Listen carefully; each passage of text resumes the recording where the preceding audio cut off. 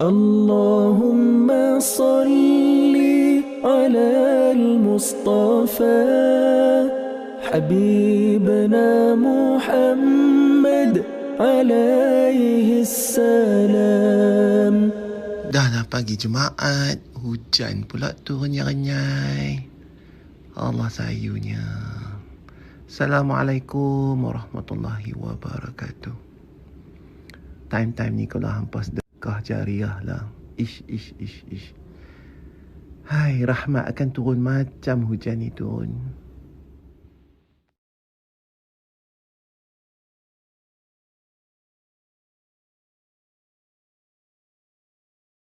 Assalamualaikum warahmatullahi wabarakatuh. Apa khabar semua? Alhamdulillah, hari Jumaat. Pagi Jumaat, hujan pun duk renyai-renyai di luar tu, seronoknya dengar.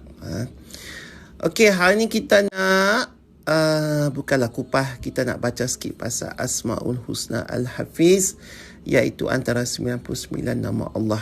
Apa maksud Al-Hafiz ini? Iaitu yang memelihara.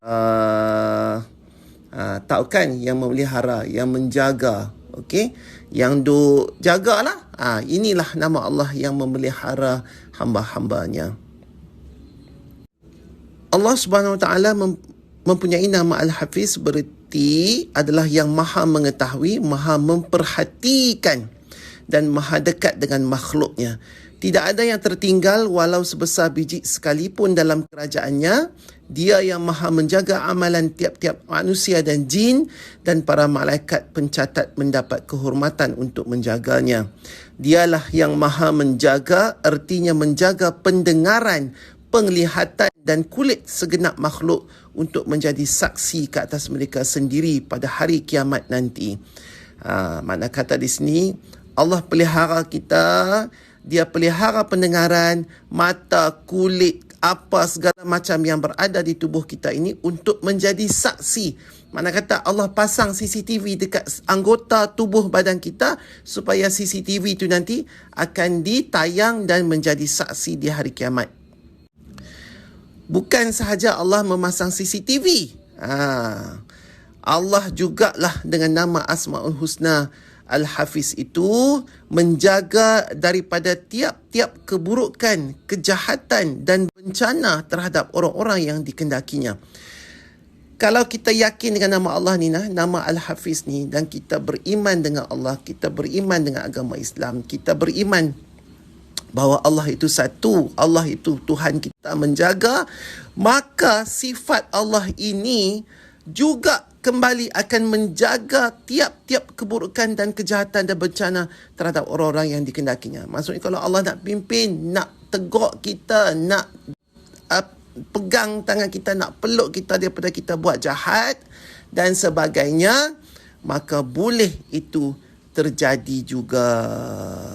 Lagu mana Allah jaga kita daripada buat dosa? Sebab dia Al-Hafiz, dia memelihara.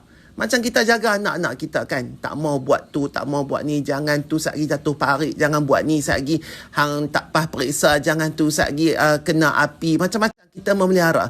Okey? Dan Allah juga memelihara kita, ciptaannya. Okey? Macam mana? Dialah yang menjaga keimanan bagi hambanya yang berhak. Iman ini Allah jaga. Apabila kita berdoa kepada Allah supaya Allah memelihara iman kita. Bukan kerana kita saja pandai, alim, apa semua. Tak. Juga di atas pertolongan Allah. Memelihara iman, memelihara mereka daripada keburukan hawa nafsu dan syubhat-syubhat syaitan yang menghalangi antara seseorang dengan hatinya agar tidak terjerumus ke dalam jurang kemaksiatan, kemudian mempersiapkan segala sebab dan akibat yang sesuai dengan ketaatan dan keimanan.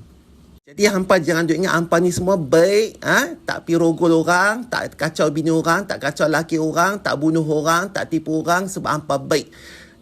Itu adalah pertolongan Allah Subhanahu Wa Taala yang memelihara iman kita sebab dia mengkehendaki kita berbuat demikian. Faham ke tak? Yang ni sedap ayat ni. Mana pi? Dialah yang menjaga segenap makhluknya, menetapkan mereka untuk satu tujuan, kemudian mengatur keterkaitan antara sebab dan akibatnya. Jadi kalau kita buat baik tu disebabkan ada sebab, dan bila kita buat baik tu berkait dengan orang tu, bila orang tu berkait dengan orang ni, jadi kebaikan tu berhubung kait. Dan itu semua pun hubungan kaitan itu antara kita cross path dengan orang lain pun adalah di atas pemeliharaan Allah Subhanahu Wa Taala.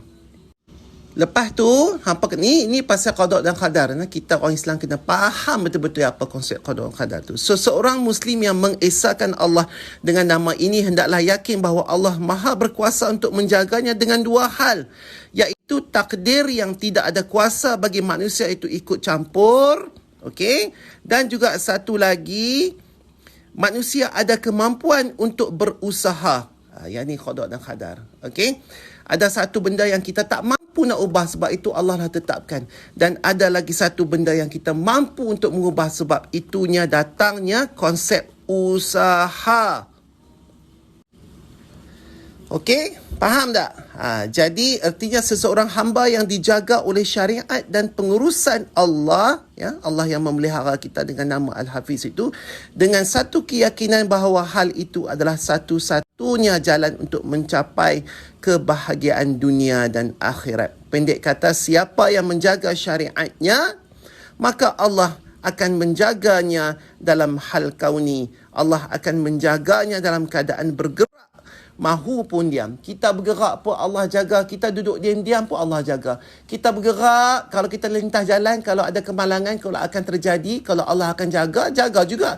Lintas pergi jalan, kereta penuh, tak kena juga. Kalau kita duduk diam-diam atas kerusi pun, kalau tiba-tiba ada pasu ke batu ke jatuh pada atas kepala pun, boleh juga, mampu. Faham tak? Dalam keadaan bergerak dan juga diam. Jadi kalau kita ini di bawah pemeliharaan Allah Al-Hafiz itu, anda akan mendapatkan orang yang mengesahkan Allah, akan sentiasa tegak berurusan dalam ketaatan, menjaga hukum-hukum ibadat, tidak akan menyia-nyiakan kewajipan, tidak pula amalan sunnah itu disiarkan juga, dan tidak akan pernah mendekati kejahatan, tidak pula akan melampaui batasan-batasannya. Dia hanya akan menjaga petunjuk Rasulullah SAW dengan segala kecintaan, semangat dan ketulusan niat. InsyaAllah.